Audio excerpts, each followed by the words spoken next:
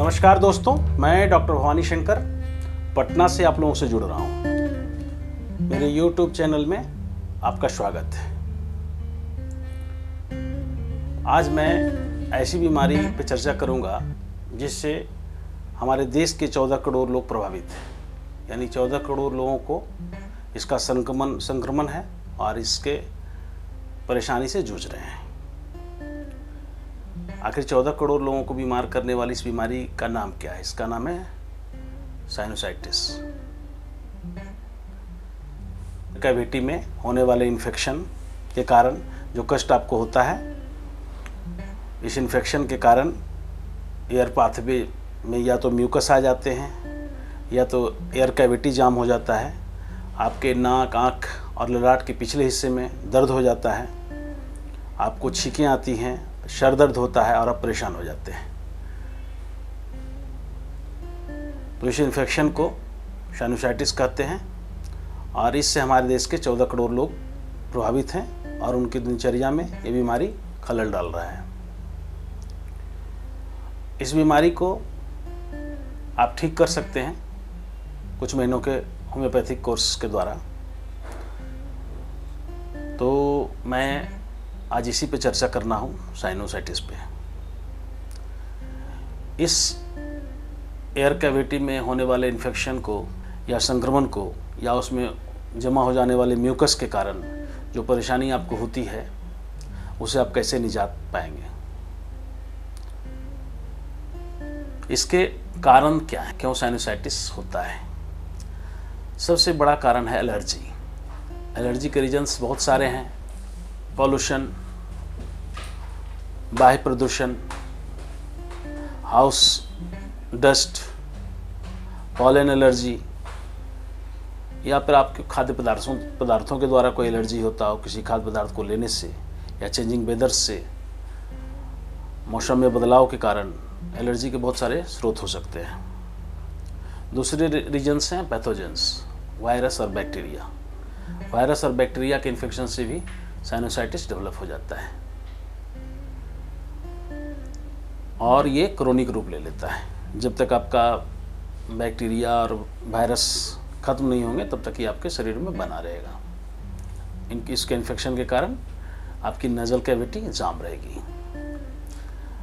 तीसरा जो कारण है वह है वंशानुगत। मैंने पहले अपने कई एपिसोडों में चर्चा की है। होम्योपैथिक ट्रीटमेंट का बेस होता है मियाज्म। हम मियाज्म बोलते हैं, आयुर्वेदा में वंशानुगत बोला जाता है। वंश परंपरा में होने वाले कैरियर के द्वारा डिजीज, और एलोपैथ में डीएनए बोला जाता है। तो ये मियाज्म जो है होम्योपैथिक में जो मियाज्म बोला जाता है, ये 3 तरह के होता है: सोरा, सिफिलिस, साइकोसिस। तो ये साइनोसाइटिस में भी अगर मियाज्म का पुट हो, यानी वंशानुगत माँ बाप या भाई वंश से आ रहा हो, ज़रूरी नहीं है कि उनके वंश परंपरा में साइनस ही हुआ हो सकता है कि उनकी माँ को, पिताजी को अस्थमा हो, सोरियासिस हो, किसी तरह का ऐसा स्किन डिजीज हो, या फिर अस्थमा ब्रोंकाइटिस का प्रॉब्लम हो, तो उनको भी अगले जनरेशन को साइनोसाइटिस होने का चांस रहता है। और एक और कारण है संरचनात्मक समस्याएं, जैसे आपकी साइनस कैविटी के पास हड्डी का जो बनावट है उसमें ग्रोथ आ गया हो, उसमें किसी तरह का चेंज आ गया हो, नोजल पॉलिप डेवलप कर गया हो। इन सारे केसेज में भी क्रोनिक साइनोसाइटिस हो जाता है, जो कि बहुत देर से जाता है। साइनस के कारण जो कष्ट होता है उसमें मुख्य रूप से देखा जाता है कि ये छींकें आना, नाक, आँख के पास दबाव महसूस करना, ललाट में और सर में दर्द महसूस करना, तेज दर्द छींक के साथ, या डिस्चार्ज, नाक से पानी आ रहा हो, ये सारे लक्षण साइनोसाइटिस के हैं। अब मैं साइनोसाइटिस के प्रकार क्या हैं। एक तो एक्यूट है, थोड़े समय के लिए जो 1 से 2 सप्ताह के लिए आया हो और किसी कारण से आपके शरीर ने उसको और कुछ होम्योपैथिक दवाओं ने ठीक कर दिया हो, तो ये एक्यूट केस होता है, एक्यूट साइनोसाइटिस। क्रोनिक साइनोसाइटिस क्या है? क्रोनिक साइनोसाइटिस है कि 15 से ज़्यादा दिन यानी 3 सप्ताह से 4 सप्ताह तक बीमारी बनी हुई हो या उससे और लंबे समय तक बीमारी बनी रह रहे हो बॉडी में, तो ऐसे में इसको कहा जाता है क्रोनिक साइनोसाइटिस। क्रोनिक साइनोसाइटिस के बहुत सारे लक्षण मिलते हैं, बहुत सारे प्रकार मिलते हैं, तो मैंने अपने प्रैक्टिस में से 4 वर्गों में बांटा है। पहला है एलर्जिकल साइनोसाइटिस, तो उसको आप मान सकते हैं, और इसमें आपको जब दवा देनी हो एलर्जिकल साइनोसाइटिस में तो आपके लिए कौन कौन सी दवा है, तो एक हो गया एलर्जिकल साइनोसाइटिस, दूसरा हो गया मियाज़मेटिक साइनोसाइटिस। मियाज़मेटिक साइनोसाइटिस में आपको क्या मिलेगा?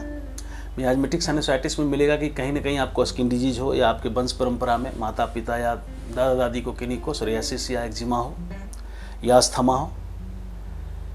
और क्रोनिक तीसरा हो गया chronic sinusitis due to pathogens, bacteria और वायरस के कारण।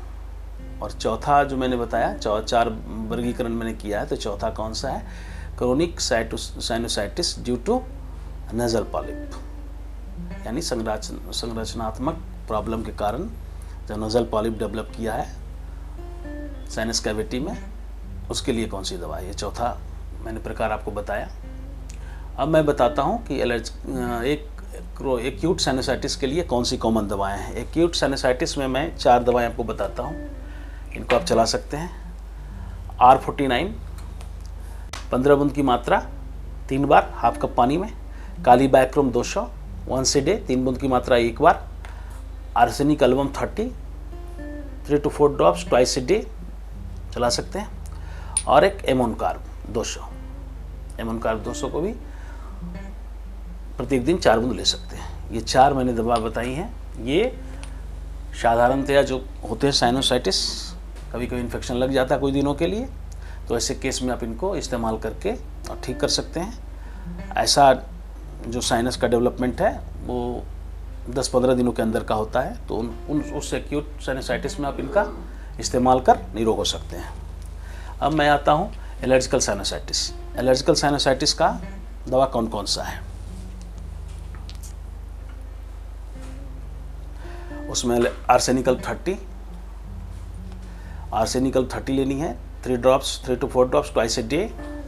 और एक दवा लेनी है सिन्नावेरिस 200 लेनी है, 3 to 4 drops once a day, 1 बार लेनी है सिन्नावेरिस प्रत्येक दिन।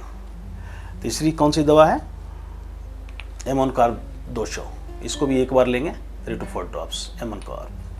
एमोनकार्ब को भी 1 बार लेनी है, 3 to 4 ड्रॉप्स। और ये जान लीजिए कि मैं जब दवा बताता हूँ तो आपको पहले मैं बता चुका हूँ एपिसोड में कि हर दवा को मीडियम लेना है, यानी आपका सबसे सुलभ और सरल मीडिया कौन सा होगा? आपके घर में पेयजल जो है, पीने का पानी, ड्रिंकिंग वाटर, उसमें 30 ml वाटर में इसको डाइल्यूट करके ही लेंगे। 1 बार लेना हो या 3 बार, कोई भी दवा हो उसको डाइल्यूट करके लेना है। और एक दवा है R49 भी लेंगे एलर्जिकल साइनोसाइटिस में, 15 बूंद की मात्रा 3 बार, थोड़े से ड्रिंकिंग वाटर के साथ। ये हो गया एलर्जिकल साइनोसाइटिस का दवा। एलर्जिकल साइनोसाइटिस में आप इससे लाभान्वित हो सकते हैं। और एक दवा है R84 यदि एलर्जिकल साइनोसाइटिस में चेंजिंग वेदर के कारण, पॉलन के कारण, डस्ट के कारण, प्रदूषण के कारण आपको परेशानी होती है, छींक आने लगती है, जैसे आपके यहाँ मॉस्किटो लिक्विड जल रहा हो उससे आपको परेशानी हो रही हो, इन सब चीज़ों की परेशानी से यदि आप किसी चीज़ को इनहेल करते हैं और परेशानी, छींक आना, नाक से पानी आना या साइनस में दर्द बढ़ जाता है, तो आप उसमें एक रिकवेक जर्मनी का जोड़ेंगे R84 बहुत ही अच्छी दवा है। 15 बूंद की मात्रा 3 बार लेनी है हाफ कप पानी में, 4 दवाओं के साथ। साइनोसाइटिस बहुत ही आसान सा मामला नहीं है, ये क्रोनिक साइनोसाइटिस होने पे आपको दवा लेना ही होगा, इसलिए मैं 4 अच्छी दवाएं आपको बताया हूँ। और एलर्जी अगर इस तरह का है कि आप चेंजिंग वेदर से, डस्ट से, पॉल्यूशन से बाहर निकलने पे परेशान हो जाते हैं, कहीं किसी तरह का सब्जी बन रहा हो या कहीं किसी तरह का डीओ किसी ने लगा लिया हो या किसी तरह का धूल उड़ा हो, आपको वहाँ पे हो, प्रभावित हो गए हों, तो ऐसे केस में ये जो है R84 जर्मन का, ये आपके लिए बहुत मददगार साबित होगा। इसको लें 15 बूंद 3 बार। ये एक प्रकार हो गया। दूसरा है मियाज़मेटिक साइनोसाइटिस। मियाज़मेटिक साइनोसाइटिस में कौन कौन सी दवा लेनी है?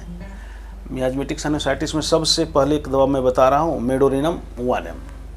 इसको आप महीने में एक बार लेंगे, 2 से 3 महीने। मेडोरिनम 1M महीने में एक बार लेना है, नोसोड से, और डीप एक्टिंग ड्रग है। तो इसको आप किसी डॉक्टर की देख रेख में लें या खुद से लें, तो मैं बताऊंगा कि अपने लाइफ में इसका इस्तेमाल इस केस में, साइनसाइटिस में 1 से 2 बार ही करना है, महीने में एक बार। तो आप जब दवा प्रारंभ करें तो मेडोरिनम 1M की एक मात्रा ले लें, दूसरी मात्रा किसी डॉक्टर के सुपरविजन में लें।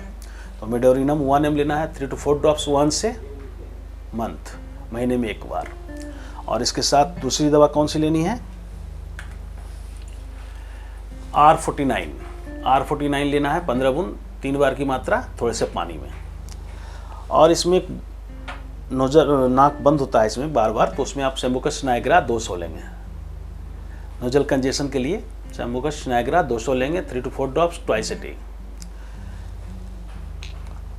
ये बहुत ही कारगर साबित होगा। कभी कभी देखा जाता है कि साइनस में बहुत ज़्यादा पेन है, एक्यूट पेन, इतना दर्द है कि पेन किलर के बाद भी वो दर्द रुक नहीं रहा है। तो ऐसे केस में आप क्या करेंगे, काली आयोड 200 लेंगे 1 a day। मियाज़मेटिक साइनोसाइटिस में ऐसा पेन हो, लगता है कि कान फट रहा हो, सर एकदम पकड़े हुए है, पेन किलर से भी दर्द जा नहीं रहा हो, तो ऐसे केस में जोड़ेंगे काली आयोड 200। यानी काली आयोड 200 लेंगे 1 a day, R49 लेंगे 3 बार, सेम्बुकस नाइग्रा लेंगे सुबह शाम 2 बार 200 की मात्रा, और मेडोरिनम लेंगे सिर्फ 1 बार 4 बूंद। दवा इसी से प्रारंभ करनी है। मेडोरिनम 1M के बाद अगले दिन से सब दवा प्रारंभ करेंगे। ये हो गया मियाज़मेटिक साइनोसाइटिस, यानी वंश परंपरा से आपको अगर साइनस आ रहा हो, एलर्जी आ रहा हो, और वो एलर्जी साइनस में कन्वर्ट कर गया हो। वंश परंपरा से जो एलर्जी आप कैरी करते हैं वो हो सकता है कि अस्थमा में कन्वर्ट करे, एक्जिमा में कन्वर्ट करे, सोरियासिस में कन्वर्ट करे, साइनोसाइटिस में कन्वर्ट करे। तो ऐसे केस में मियाज़मेटिक साइनोसाइटिस जब आपको होगा तो आप देखेंगे कि आपको थ्रोट इन्फेक्शन बराबर बना रहता है। यानी मियाज़मेटिक साइनोसाइटिस जब आपको रहेगा तो उसमें आपको सारे लक्षण रहेंगे, साथ साथ एक लक्षण और रहेगा कि आपको थ्रोट इन्फेक्शन रहेगा। थ्रोट इन्फेक्शन बार बार होगा साइनोसाइटिस के साथ, तो आपको इन सारी दवाओं से उसमें मदद मिलेगी। चौथा मैंने बोला था कि chronic sinusitis due to pathogens, virus और बैक्टीरिया या किसी और एक्सटर्नल पैथोजेंस के कारण आप प्रभावित हुए हैं, संक्रमित हुए हैं, और आपके साइनोसाइटिस में प्रॉब्लम आया है, आपके साइनस कैविटी में सूजन आ गया हो या किसी तरह का अदर डेवलपमेंट हो गया हो और आप परेशान हो, तो उस केस में आपके लिए कौन सी दवा है, उस केस में आप लेंगे R87 बैक्टीरियल ड्रॉप। R87 लेंगे।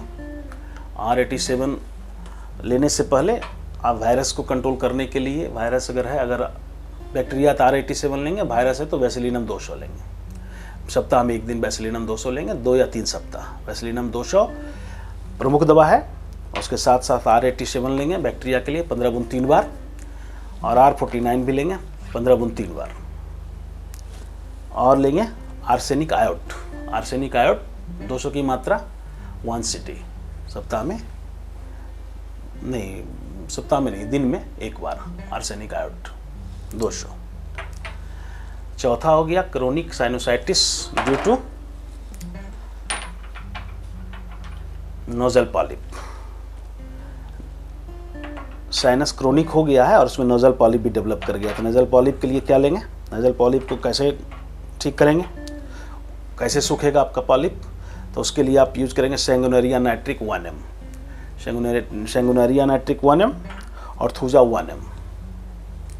सप्ताह में 1 दिन सेंगुनेरिया नाइट्रिक लीजिए सोमवार को, तो थूजा लीजिए शुक्रवार को। 3-4 दिन के गैप पे सप्ताह में 1 खुराक दोनों लीजिए, सेंगुनेरिया नाइट्रिक 1M, थूजा 1M।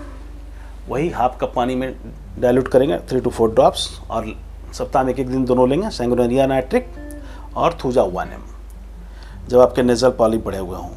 और एक कलकरिया फ्लोर 200 लेंगे, सुबह शाम की मात्रा रहेगी 3 to 4 drops twice a day, थोड़े से पानी में।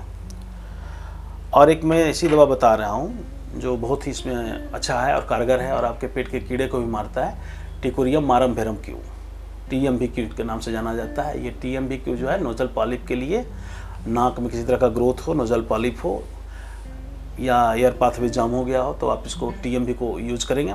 TMV की मात्रा होगी 15 बूंद की मात्रा 2 बार हाफ कप पानी में। और R49 तो सबके लिए है, वो ज़रूर रखेंगे R49, 15 बुन 3 बार की मात्रा।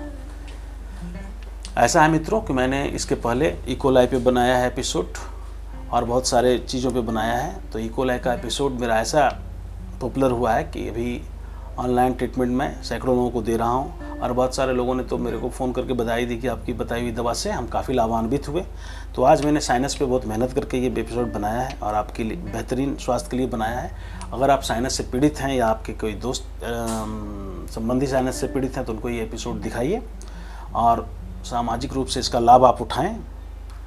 और मैंने जो दवाएँ बताई हैं हिंदुस्तान के हर जगह हर दुकान में उपलब्ध हैं और अच्छी कंपनियों का आप दवा परचेज करें और खाएं। और किसी तरह की दवा के बारे में जानकारी लेनी हो, उसके क्वालिटी के बारे में या किस कंपनी का आप दवा परचेज करें, मैंने नाम तो बता दिया, तो आप मेरे को व्हाट्सएप नंबर पे कांटेक्ट कर सकते हैं निःशुल्क, मैं आपको बताऊंगा।